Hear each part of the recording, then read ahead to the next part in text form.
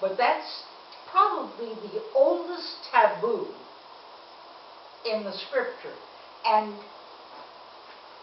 in Exodus and Deuteronomy, you will see a lot more taboos that we do and don't have.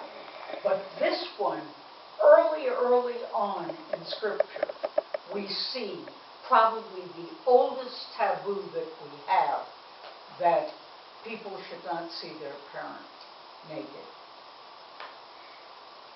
Okay, let's jump ahead now to Genesis 19.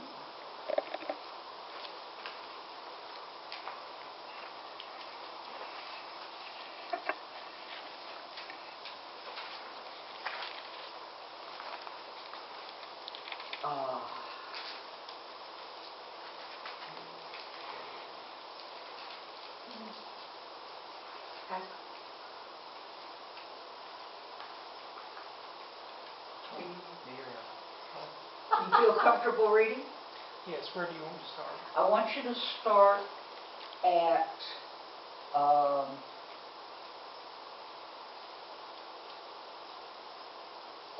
dear, wait a minute, 30.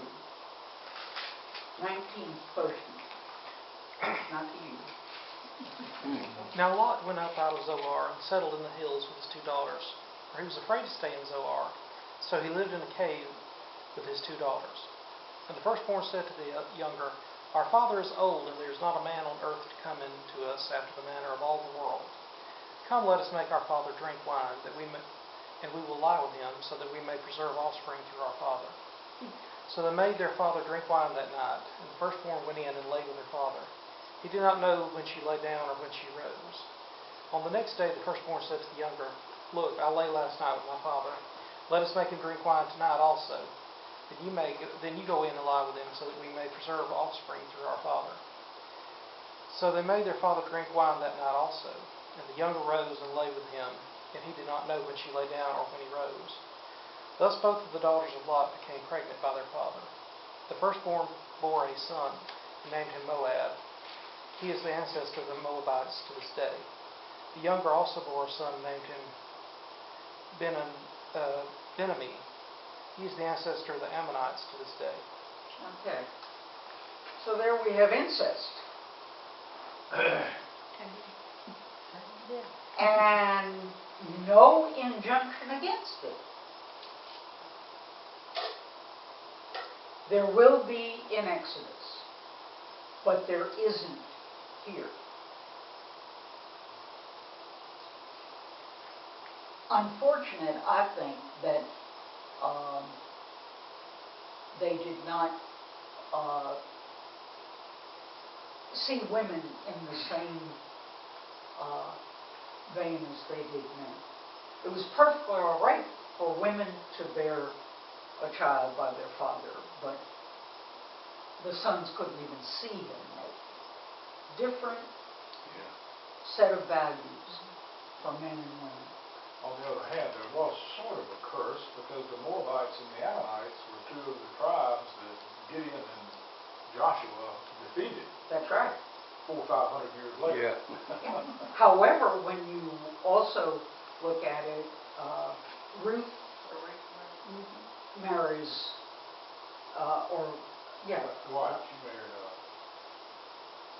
she was a what?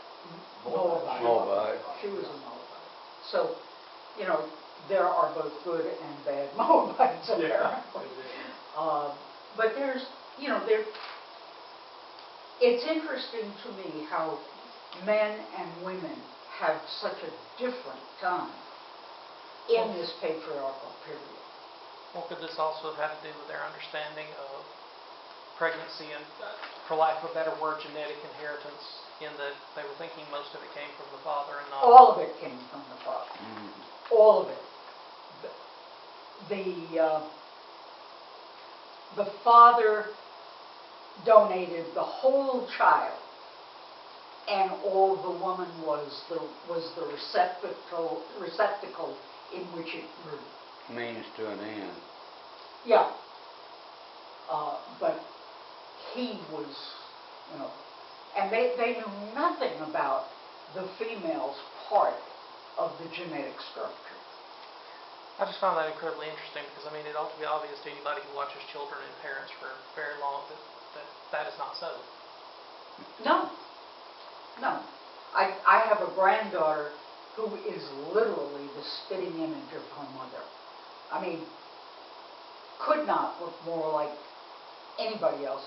And I have, you know, grandchildren that, same family, that look like the father, you know, completely. And genetics is such a strange thing. I have one son who looks like his father's mother and looks like none of us. David Looks like none of us. And his brother looks like me. And the older brother looks like Hispanic, curly hair, dark eyes, olive skin, beautiful guy. But where we got him, I don't know. So was it the woman's fault if she didn't, quote, give her husband sons? Yes, it was the woman's fault if she did not give birth. As a matter of fact, when we get to Jacob, barren women were in trouble. And one of the reasons you get Hagar and you get Bilhah and whatever the other woman's name is, the concubines of Jacob having children, is because Leah could have children, but Rachel did not seem able to. And so you get this custom of having the child on the wife's knees, where the two women lie knee to knee, and when the child is expelled, it becomes the child of the legitimate wife. Okay? So, you know, it's the customs were very odd Crude. to us. To us. They didn't know any different. That's the No, only they thing didn't knew. know, and realize what a primitive people they were when these stories were told. Please understand that. These were a very, very primitive people. There was a whole lot they did not know. You know, Genesis is not a science textbook. These are stories. Stories that include taboos and sexual customs that are very different. A lot of our sexual customs, please understand it, come directly from a woman whose name was Victoria. Okay? A lot of our taboos and stuff we can relate right back to the time of Victoria. Well, and on the other hand, having a surrogate mother does sound kind of modern. Yeah, but you know, there was surrogacy early on. Just interesting, you know, how far we have come in this cycle of things. Back to Genesis. Okay, we have two stories, this doublet thing. Abraham, or Abram, passes off his wife as his sister. I was going to ask you if that was one of the... That's one of them. Sarai is passed off as Abram's sister when they first go to Egypt. Pharaoh is pleased with Sarai and takes her into his house. And guess what? They have plagues. We've heard about plagues before, but we have plagues. The plagues ensue, and Pharaoh realizes that she is cursed. She is somebody else's wife, and he is in deep trouble. And he has to, you know, get her out of there. Take her and be gone. And the story is told again in Genesis 20, if you want to turn to that, verses 1 through 8. Who can we get? Pastor, would you? Now Abraham moved on from there into the region of the Negev and lived between Kadesh and Shur. For a while, he stayed in Gerar. And there Abraham said to his wife... Wait, let me just... Gerar, an alien. Ger is an alien. Oh, yeah. So Gerar, alien. Okay. Play on words. And there Abraham said of his wife Sarah, "She is my sister." Then Abimelech, king of Gerar, sent for Sarah and took her. But God came to Abimelech in a dream one night and said to him, "You are as good as dead because of the woman you have taken. She is a married woman." Now Abimelech had not gone near her, so he said, "Lord, will you destroy an innocent nation? Did he not say to me, 'She is my sister'? And didn't she also say, 'He is my brother'? I have done this with a clear conscience and clean hands." Then God said to him in the dream, "Yes, I know you did this with a clear conscience, and so I have kept you from sinning against me. That is why I did not let you touch her.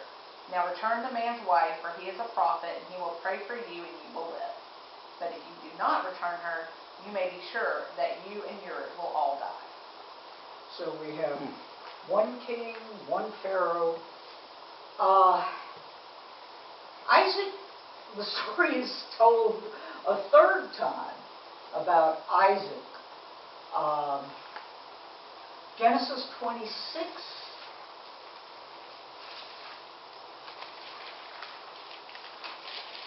Verses 6 through 11. And again, we have the play on words.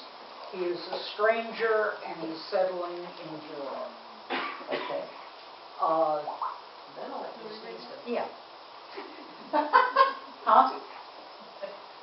Abimelech keeps getting Oh, yeah. mixed up. And Isaac dwelt in Gerar, and the men of the place asked him of his wife. And he said, "She is my sister." For he feared to say, "She is my wife," lest, said he, the men of the place could kill me for Rebekah, because she was fair to look upon. And it came to pass, when he had been there a long time, that Abimelech, king of the Philistines, looked out at the window and saw, and behold, Isaac was sporting with Rebekah his wife. Did you say 8? Keep going. Oh, okay. And Abimelech. called Isaac and said, "Behold, of a surety, she is my wife. And how saidest thou, She is my sister? And Isaac said unto him, Because I said, Lest I die for her. And Abimelech said, What is this thou hast done unto us? One of the people might lightly have leaned with my wife, and thou shouldest have brought guiltlessness upon us. And Abimelech charged all his people, saying, He that toucheth this man and his wife shall surely be put to death. Okay, so we have 3 stories told about 2 different people, told twice about Abimelech with 2 different people. Very interesting. Well, maybe you just had a very long lifespan. I hate to think how old she was the second time around. That happens today. No 2 people can tell the same story the same way. Anyway, what we have there is a taboo against adultery. And you will find that extremely strong throughout the Bible. Adultery is probably the main taboo throughout the Old Testament. It happens, David gets caught up in it, gets really terribly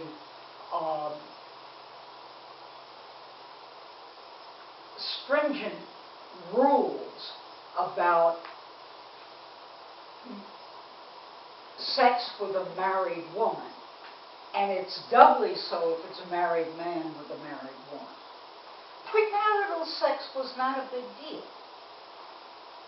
Premarital sex wasn't all that important. But Lord help you, if you had sex with a married woman, you were in deep trouble. Messed up the inheritances. That's right. Mhm. And that's exactly why. Because a son or daughter was the son or daughter of a Jewish woman. Didn't matter who the father was, but you knew who your mother was. Very hard not to know who your mother is. So, fathers were a little bit more iffy. But if it messed with the family line, you got in trouble. So, you know, after all, women were property, and you didn't want to mess with property. Okay. Rape. We're going to go now to Genesis 34. And I know I'm jumping around, but this was the easiest way to do this. The rape of Dinah.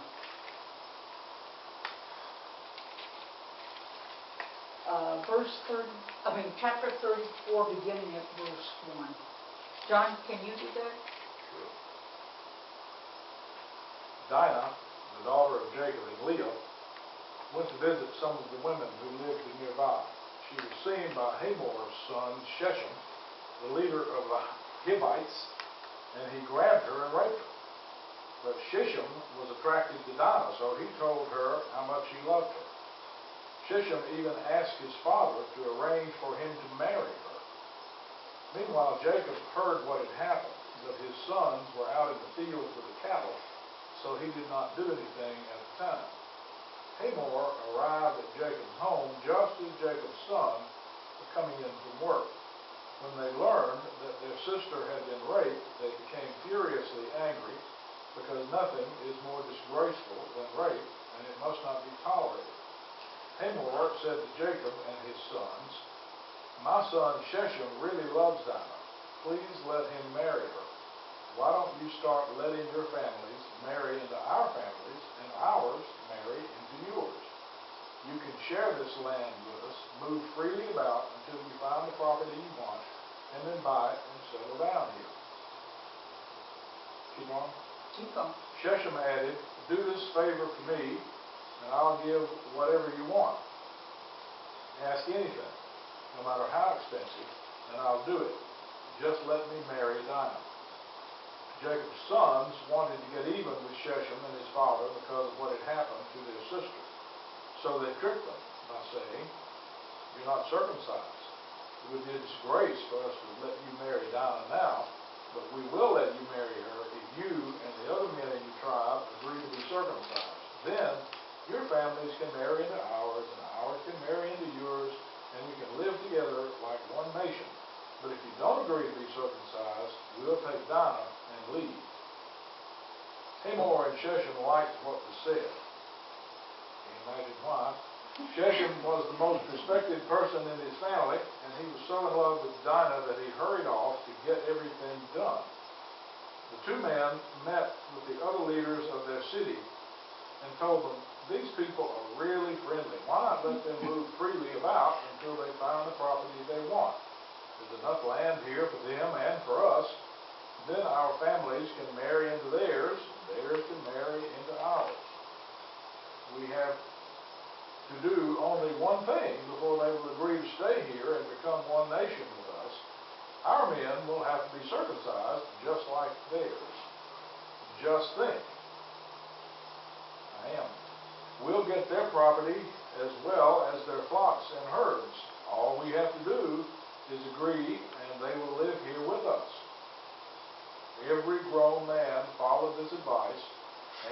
circumcised. We going? Keep going. 3 days later, the men who had been circumcised were still weak from pain. One can only imagine.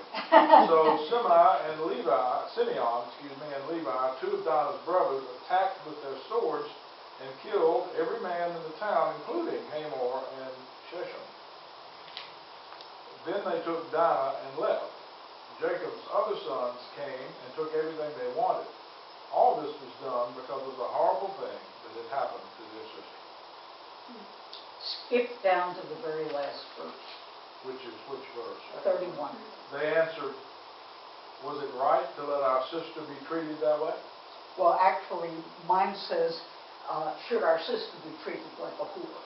Yeah. Yeah, mine says harlot. Okay? Same thing.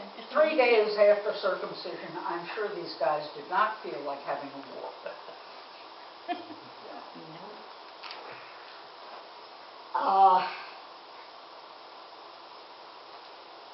Very interesting thing about circumcision. Probably almost every Middle Eastern country from time immemorial circumcises. And I used to be a nurse, so I'm going to be very blunt with you. If you were in a sandy culture and didn't have a lot of water handy, foreskin and sand would not be a comfortable thing. You would be very, very sore riding around that way. And so sandy cultures circumcise for very good reason. Okay? And so it was customary in that time. It was also, it's interesting, when my sons were born, doctors were doing circumcisions in the hospital at birth. Yeah. I mean, it was just the way it was done. It was the default. Huh? It was the default. Yeah, you did it. If you didn't tell somebody not to, They did. It got done. they didn't. And part of that was because they had discovered that the wives of circumcised men had relatively little cervical cancer. And so that became kind of the health thing of the day, was to circumcise your sons so that later on their wives would be protected against cervical cancer. Now, of course, we know that cervical cancer is caused by virus. So we now know to inoculate both boys and girls against, what is it? Yeah. HPV. Yeah. Okay, but But we they do live in one? vaccinate boys now. Yeah, Yeah, I that's say what because they now did. you do both, boys and girls. Okay, one more sexual story, I think, and we will get through tonight. No, we have, yeah, some more. Okay.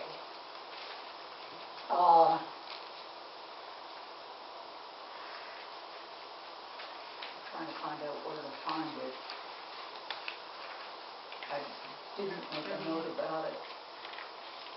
Genesis 38.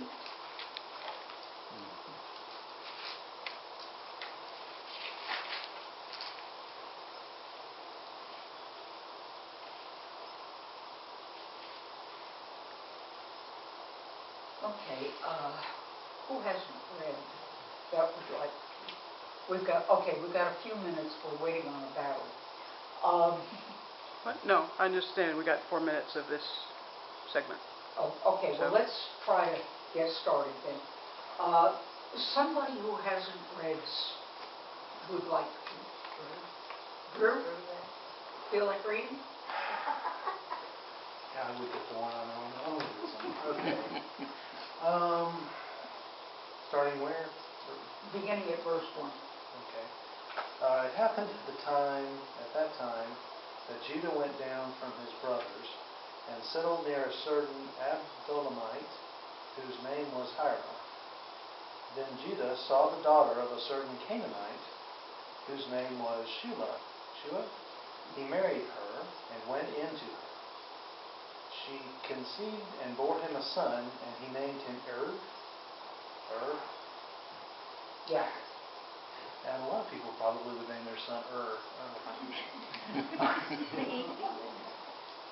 Again, she conceived and bore a son, whom she named Onan. Yet again she bore a son, and she named him Shelah. She was Shelah? She named him Shelah. Okay. She was in Chezib when she bore him. Judah took a wife for his firstborn, and her name was Tamar. But Judah's firstborn, was wicked in the sight of the Lord, and the Lord put him to death. Then Judah said to Onan, "Go in to your brother's wife, and perform the duty of a brother-in-law to her. Raise up offspring for your brother." But since Onan knew that the offspring would not be his, he spilled his seed on the ground whenever he went into his brother's wife, so that he would not give offspring to his brother. What he did was displeasing in the sight of the Lord, and he put him to death also. Then Judah said to the daughter-in-law Tamar, "Remain a widow in your father's house until my son Shelah grows up," for he feared that he too would die, like his brothers. So Tamar went to live in her father's house. In the course of time, the wife of Judah, Sulah's daughter, died. When Judah's time of mourning was over, he went up to Timnah to his sheep shearers, he and his friend Hira the Adullamite. When Tamar was told, "Your father-in-law is going up to Timnah to shear his sheep," she put off her widow's garments, put on a veil, wrapped herself up, and sat down at the entrance to Enim, which is on the road to Timnah. She saw that Shelah had grown up, yet she had not been given to him in marriage. When Judah saw her, he thought her to be a prostitute, for she had covered her face. He went over to her at the roadside and said, "Come, let me come in to you," for he did not know that she was his daughter-in-law. She said, "What will you give me that you may come in to me?" He answered, "I will send you a kid from the flock." And she said, "Only if you give me a pledge until you send it." He said, "What pledge should I give you?" She replied, "Your signet and your cord, and the staff that is in your hand." So he gave them to her, and went into